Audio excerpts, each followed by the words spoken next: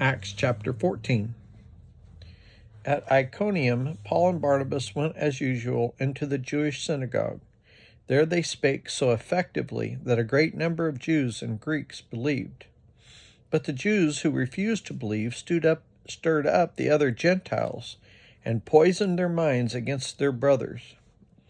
So Paul and Barnabas spent considerable time there, speaking boldly for the Lord, who confirmed the message of his grace by enabling them to perform signs and wonders. The people of the city were divided. Some sided with the Jews, and others with the apostles. There was a plot afoot among both Gentiles and Jews, together with their leaders, to mistreat them and stone them. But they found out about this and fled to the Lycaonian cities of Lystra and Derbe and to the surrounding country, where they continued to preach the gospel. In Lystra there sat a man who was lame. He had been that way from birth and had never walked. He listened to Paul as he was speaking. Paul looked directly at him, saw that he had faith to be healed, and called out, "Stand up on your feet." At that the man jumped up and began to walk. When the crowd saw what Paul had done, they shouted in the Lycaonian language, "The gods have come down to us in human form." Barnabas they called Zeus, and Paul they called Hermes, because he was the chief speaker. The priest of Zeus, whose temple was just outside the city, brought bulls and wreaths to the city gates, and because he and the crowd wanted to offer sacrifice to them. But when the apostles Barnabas and Paul heard of this, they tore their clothes and rushed into the crowd, shouting, "Friends, why are you doing this? We too are only human like you. We are bringing you the good news,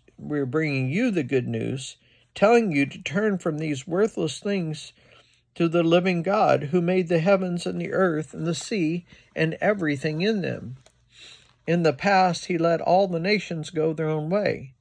Yet he has not left himself without testimony. He has shown kindness in giving you rain from heaven and crops in their seasons. He provides you with plenty of food and fills your hearts with joy." Even with these words, they had difficulty keeping the crowd from sacrificing to them.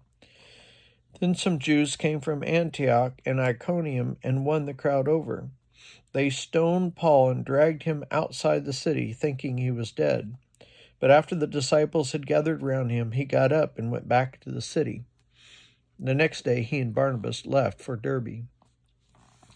They preached the gospel in the city and won a large number of disciples.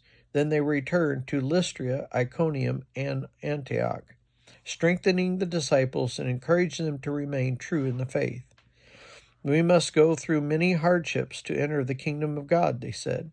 And Paul and Barnabas appointed elders for them in each church, and with prayer and fasting committed them to the Lord, in whom they had put their trust. After going through Pisidia, they came to Pamphylia, and when they had preached the word in Perga, they went down to Attalia. From Attalia, they sailed back to Antioch, where they had been committed to the grace of God for the work they had now completed. On arriving there, they gathered the church together and reported all that God had done through them and how he had opened the door of faith to the Gentiles. And they stayed there a long time with the disciples.